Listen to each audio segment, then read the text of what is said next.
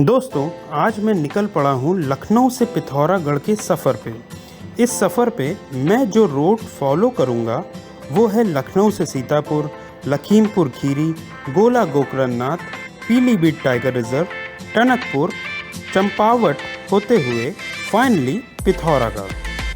यह total journey करीब 450 kilometre की होगी, जिसमें टनकपुर तक प्लेन रास्ता होगा और टनकपुर से पिथौरागढ़ तक पहाड़ी रास्ता मिलेगा। मैं ये जर्नी मई 2024 में कर रहा हूँ, तो रास्ते में काफ़ी गर्मी रहेगी, लेकिन उम्मीद है पिथौरागढ़ पहुँचकर ठंडा मौसम मिलेगा। गूगल मैप के अनुसार इस जर्नी में मुझे 9.5 घंटे का समय लगना चाहिए, लेकिन मुझे कोई जल्दी नहीं है। मैं रास्ता एंजॉय करते हुए और बीच में कुछ जगहों पर रुकते हुए आगे बढ़ूँगा। ये सफ़र मैं अपनी फैमिली के साथ कर रहा हूँ और मैं ड्राइव कर रहा हूँ मारुति सुजुकी इग्निस, जो इस सफ़र पे हमारी हम सफ़र है। हम सुबह के 7 बजे लखनऊ से निकल चुके हैं और सीतापुर आउटर एरिया करीब 1.5 घंटे में पहुँच गए। On road self drive journeys में सबसे इम्पॉर्टेंट होता है घर से जल्दी निकलना, जिससे शुरू का काफ़ी रास्ता हम कम ट्रैफिक और तेज धूप आने से पहले कवर कर सकते हैं। सीतापुर आउटर से निकलने के बाद हमने कार में ही अपना ब्रेकफास्ट किया, जो घर से पैक करके लाए थे, और बिना रुके आगे की तरफ बढ़ चले। रोड्स की कंडीशन अभी तक काफ़ी अच्छी थी और car easily 60 to 70 kilometre per hour की स्पीड मेंटेन कर पा रही थी। गोला गोकरणनाथ और पूरनपुर का एरिया क्रॉस करने के बाद हम पीलीभीत टाइगर रिजर्व में एंटर कर गए। अभी तक जैसे रास्तों से हम आ रहे थे उनसे काफ़ी अलग रास्ता था ये। अब यहाँ काफ़ी घने पेड़ों की कतारें दिख रही थी और फॉरेस्ट डिपार्टमेंट के बोर्ड जगह जगह दिख रहे थे।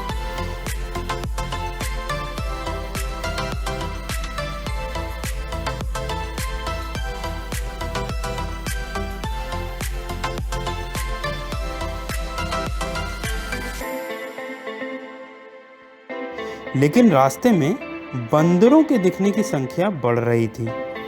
इस समय दोपहर के करीब 12:30 बज रहे थे, लेकिन मेरे दिमाग में कार ड्राइव करते हुए ये ख्याल आ रहा था कि लोग यहाँ पे अंधेरा होने के बाद कैसे निकलते होंगे। सुनसान रोड, जंगली एरिया, बिना स्ट्रीट लाइट, ये अपने आप में ही एक एडवेंचर है। यहाँ की रोड कंडीशंस बहुत अच्छी नहीं थी। कुछ जगहों पे बड़े और कुछ जगहों पे छोटे गड्ढे हैं। कार मैक्सिमम 30 से 35 किलोमीटर पर आवर पे ही चल पा रही थी। पीलीभीत टाइगर रिजर्व का एरिया समाप्त होते ही हमारे फ़ोन में नेटवर्क फिर से आ गया और अब हम खटीमा होते हुए टनकपुर की तरफ आगे बढ़ चले। टनकपुर में एंटर करते ही हमें कई ट्रैक्टर्स, ट्रॉलीज, जो कि श्रद्धालुओं से भरे हुए थे, माता पूर्णागिरी के दर्शन के लिए जाते दिखे। काफ़ी सारे होटल्स के साइन बोर्ड्स और कुछ रेस्टोरेंट्स रोड पे दिखने लगे, लेकिन तभी कार चलाते हुए मुझे अपने सामने काफ़ी दूर एक धुंधली सी आकृति नज़र आने लगी। मैंने काफ़ी ध्यान से उसकी तरफ देखा तो आभास हुआ कि यह आकृति कुछ और नहीं बल्कि ऊंचे ऊंचे पर्वतों की श्रृंखला है। कुछ आगे बढ़ा तो एक तिराहा आया, जहां से दाहिनी ओर मां पूर्णागिरी का रास्ता जा रहा था। मैंने प्रणाम करते हुए मां का आशीर्वाद लिया और अपनी रिटर्न जर्नी पे उनके दर्शन करने की कामना को लेकर आगे बढ़ चला। और अब यहां से पहाड़ी रास्ते की चढ़ाई शुरू हो गई। ऊंचे ऊंचे पहाड़ों के बीच मैं अपनी कार को घुमावदार रास्ते पे एक टर्न से दूसरे टर्न लेते हुए ऊपर की ओर चढ़ाने लगा। करीब 300 किलोमीटर से प्लेन रास्ते पे चलाने के बाद अब पहाड़ी रास्ते पे चलाने के लिए मैंने अपनी कार को चलाने के अंदाज में परिवर्तन करते हुए कार को लोअर गियर्स और लोअर स्पीड पे शिफ्ट किया, जिससे कि मुझे हाई टॉर्क एंड पावर मिल सके। अब करीब दोपहर के 2 बज रहे थे और समय हो गया था कहीं रुक के लंच करने का। तो मैंने एक शांत एरिया देखकर रोड की साइड में कार को पार्क किया और हम सब ने पहाड़ों की वादियों में अपने लंच का आनंद उठाया। लंच करने के बाद हम आगे बढ़े। यहाँ रोड्स काफ़ी चौड़ी और वेल मेंटेन्ड हैं, लेकिन कुछ जगहों पे लैंडस्लाइड होने से रोड पे पत्थर आ गए थे, जिसको वर्कर्स बहुत मेहनत से साफ कर रहे थे। जैसे जैसे हम पहाड़ों पे ऊपर चढ़ रहे थे, मौसम का तापमान कम होता महसूस हो रहा था। टनकपुर से करीब 70 किलोमीटर की दूरी पे स्थित है चंपावत शहर। अभी हमें वहाँ तक पहुँचने के लिए करीब 30 किलोमीटर और जाना था।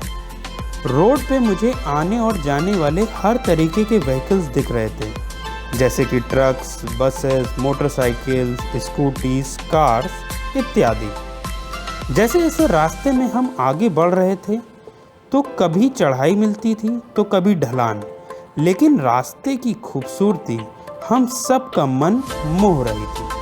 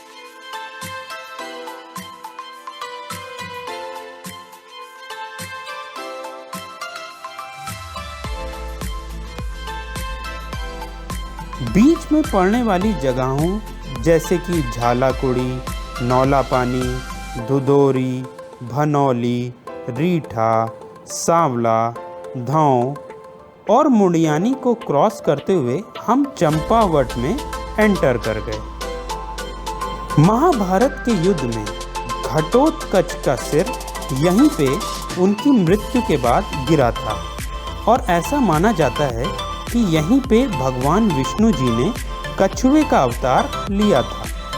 यह शहर चंपावत डिस्ट्रिक्ट का हेडक्वार्टर है और पुराने समय में ये कुमाऊं साम्राज्य की राजधानी हुआ करती थी।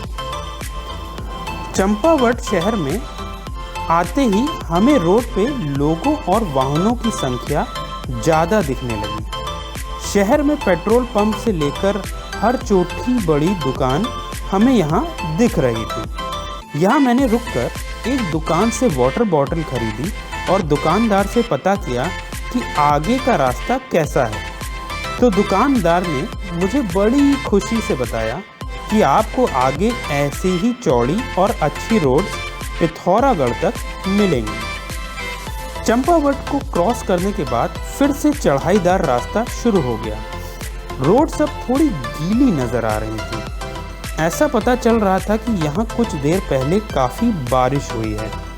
गीली रोड पे पहाड़ों में टर्न करते समय कार को स्लिप होने का खतरा हो सकता है, इसलिए मैंने कार को एक नियमित स्पीड मेंटेन करते हुए और अपने पीछे आ रही कार्स को पास देते हुए धीमी गति से आगे बढ़ता रहा। कुछ दूर जाने पे रास्ता सिंगल रोड हो गया और हम लोहा घाट पहुंच गए।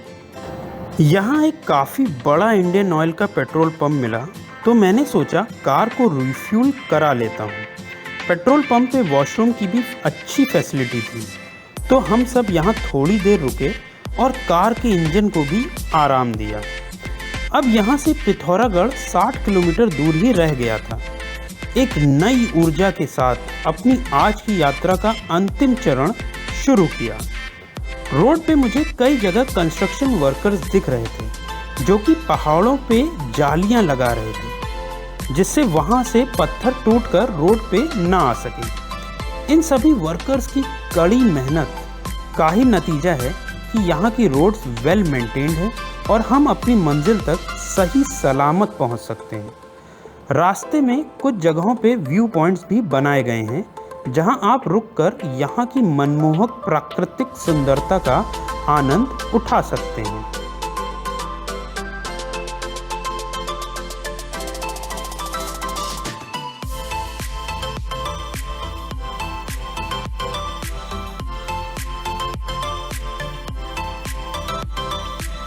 रास्ते में हमें मां गोरना देवी मंदिर के दर्शन हुए, जहां हमने माता को प्रणाम किया।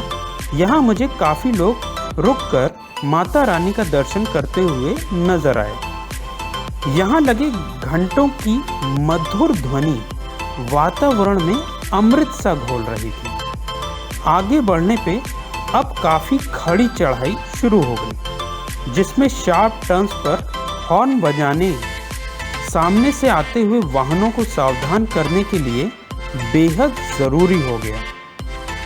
क्योंकि मेरी कार फुल्ली लोडेड थी, 5 लोगों और फुल पैक लगेज से कहीं कहीं खड़ी चढ़ाई पे मुझे कार को फर्स्ट गियर और एक्सीलेटर पैडल को काफ़ी प्रेस करके चढ़ाई को पार करना पड़ा। करीब आधे घंटे की इसी तरह की ड्राइव के बाद अब पिथौरागढ़ का एरिया शुरू हो गया। जगह जगह पे हमें होम स्टेज और रेस्टोरेंट्स नज़र आने लगे। मैंने जो होटल बुक किया था उसका नाम था प्लाजा होटल, जो कि गूगल मैप पे मुझे करीब 4 किलोमीटर दूर दिखा रहा था।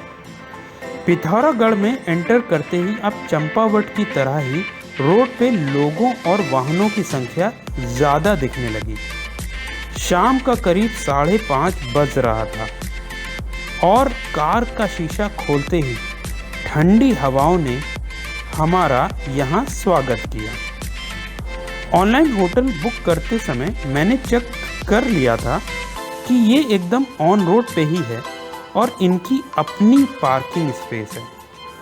कुछ दूर और ड्राइव करने पर हमने प्लाजा होटल का बोर्ड देखा। मैंने कार को होटल के गेट से अंदर किया और कार को पार्किंग में लगाकर रिसेप्शन पे चेक इन फॉर्मेलिटीज़ को पूरा किया।